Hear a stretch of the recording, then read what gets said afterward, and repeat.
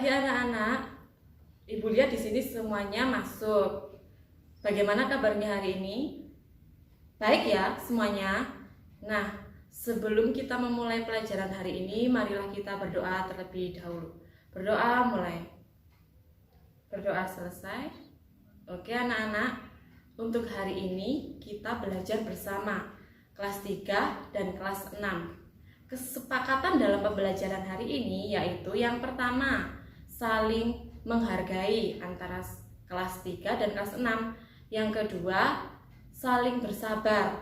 Dan yang ketiga, jika ibu menerangkan di kelas 3, kelas 6 mohon tenang dan bersabar ya. Begitu juga sebaliknya, jika ibu menerangkan di kelas 6, kelas 3 harus tenang dan bersabar. Hari ini untuk kelas 3 kita belajar tentang ciri-ciri makhluk hidup.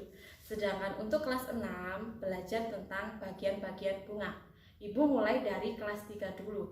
Sedangkan kelas 6 boleh mendengarkan karena bunga termasuk makhluk hidup. Di sini di sekitar kalian kira-kira mana yang termasuk makhluk hidup? Yang pertama apa? Nah, manusia. Apalagi? Tumbuhan. Lalu hewan. Nah, itu adalah makhluk hidup. Nah, minggu lalu kalian sudah belajar tentang ciri-ciri makhluk hidup. Yang pertama, bernafas.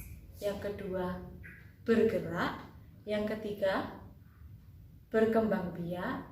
Yang keempat, makan dan minum. Yang kelima, tumbuh. Yang keenam, peka terhadap rangsangan. Nah, di sini ibu punya gambar cicak dan ikan. Nah, amati ciri-ciri cicak dan ikan sebagai makhluk hidup. Kalian kerjakan bersama kelompok belajar kalian. Hari ini kelas 6 akan belajar tentang bagian-bagian bunga. Sekarang tugas kalian yaitu mengamati bunga yang ada di halaman sekolah. Mana yang termasuk bagian-bagian tadi. Dan kalian gambar di buku tulis kalian dan kalian tulis kira-kira mana yang termasuk kepala sari, mahkota bunga, kepala putih, dan lain-lain. Oke? Dan ibu akan kembali di kelas 6 setelah ibu ke kelas 3. Bagaimana anak-anak kelas 3? Apakah sudah selesai? Jika sudah selesai kita bahas sama-sama ya. Nah, ciri-ciri cicak dan ciri-ciri ikan. Yang pertama, cicak hidup di darat, sedangkan ikan hidup di air. Betul sekali. Yang kedua, cicak bergerak merayap, sedangkan ikan berenang di air. Yang ketiga, cicak makanannya nyamuk, sedangkan ikan makanannya cacing dan lumut. Yang keempat, cicak dan ikan sama-sama bertelur. Dan yang kelima, cicak bernafas dengan paru-paru sedangkan ikan bernafas dengan insan. Betul sekali. Terima kasih untuk kelompok yang sudah menjawab dengan baik.